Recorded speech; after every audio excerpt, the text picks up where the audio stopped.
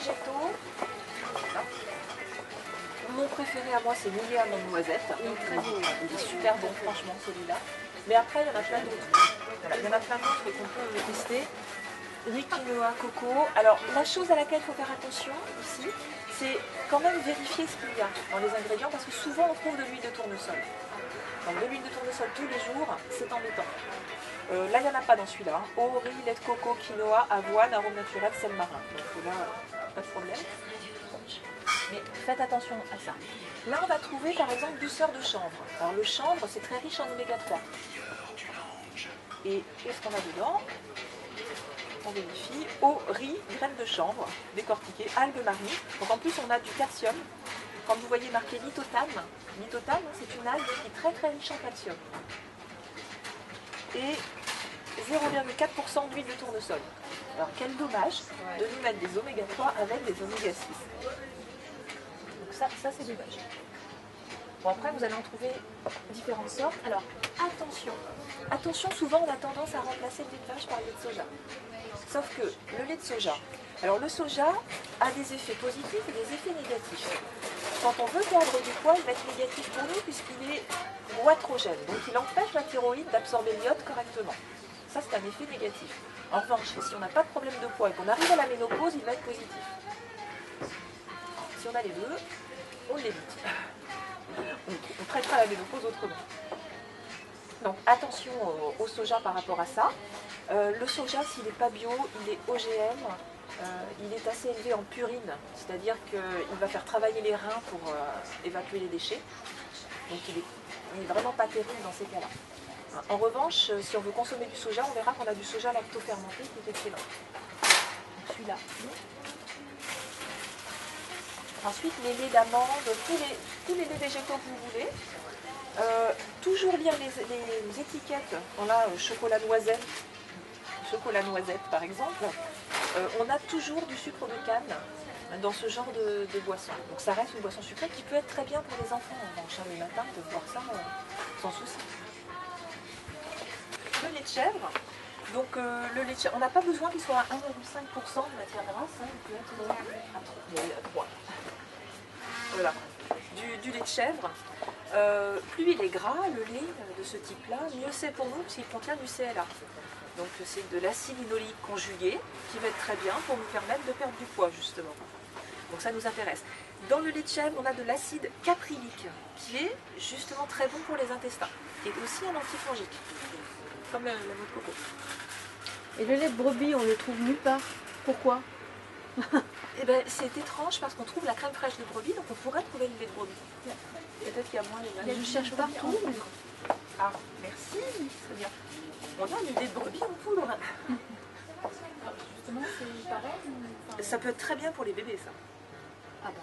Bah, il y a IFA, parce que j'ai regardé justement, exprès pour les bébés, oui. Chèvre, brebis, riz aussi. Alors moi, si j'avais le choix, je prendrais chèvre.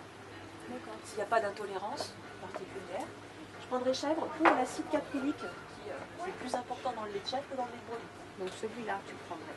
Ah oui, oui. Oui, le goût est très fort quand même, c'est pas... Alors pour un bébé, c'est pas un un souci. Ah bah oui, non, pour un bébé... Ils se font très vite, hein, ces goûts-là.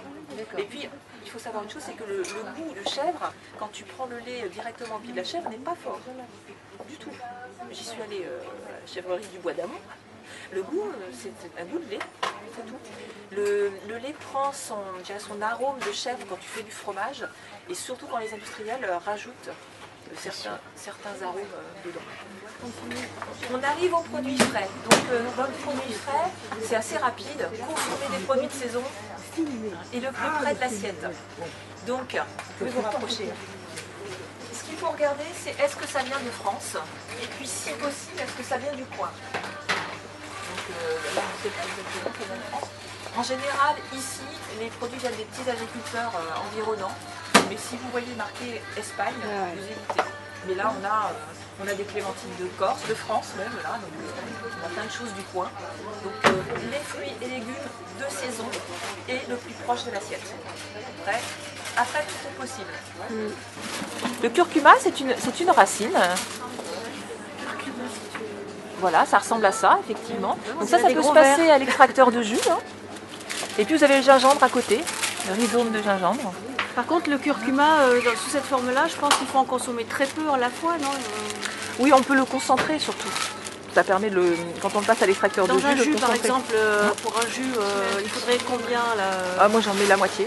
Un demi comme ça? Oui, un demi. Ah, quand même. Ah bah, si Ça a un tu, goût de si tu curry veux ça n'a pas trop de goût. Ah, d'accord, ok. Ça n'a pas trop de goût. Hein. Non, non. Tu l'épluches Oui, je l'épluche. dans l'extracteur de jus?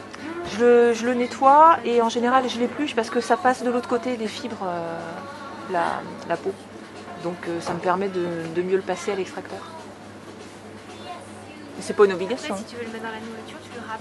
On peut le râper aussi, oui. Oui, Le non, gingembre, mais dans pareil. Hein. l'extracteur, le principe, c'est de ne pas éplucher, justement. Oui, mais pour ce qui est des fruits et des légumes, ok. Mais tu vas avoir, par exemple le citron, je l'épluche, j'enlève la peau. Hein.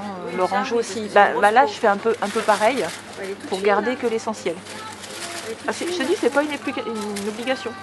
Donc, dans les produits frais, ce à quoi il faut faire attention, c'est surtout par rapport à la charcuterie, s'il y a des sels nitrités ou pas. En général, c'est marqué sans sel nitrité dessus. Alors on va chercher si on en a. On a de très bonnes choses là-haut.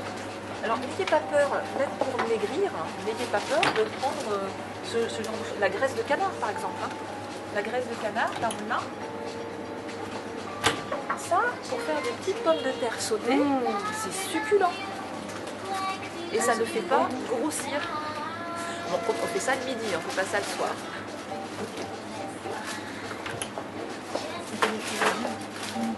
Bon. Pourquoi t'as droit au gras le soir aussi?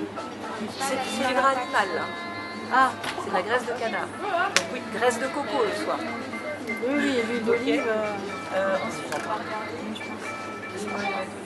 Donc là, j'ai quoi? Filet de bœuf à griller. Donc filet de bœuf à griller, a priori il n'y a pas de conservateur, il n'y a pas de sel ou quoi que ce soit. Donc là on peut... Parce qu'il fait quoi le sel nitraté là? C'est un conservateur qui est hautement cancérigène. D'accord. Et donc là s'il n'y a pas de sel, il n'y a aucun souci, il n'y aura pas de nitrate ni de nitrite, ça peut s'appeler nitrite, nitrate ou sel nitrité. D'accord. Donc en l'occurrence s'il n'y a pas de sel, il n'y a aucun problème.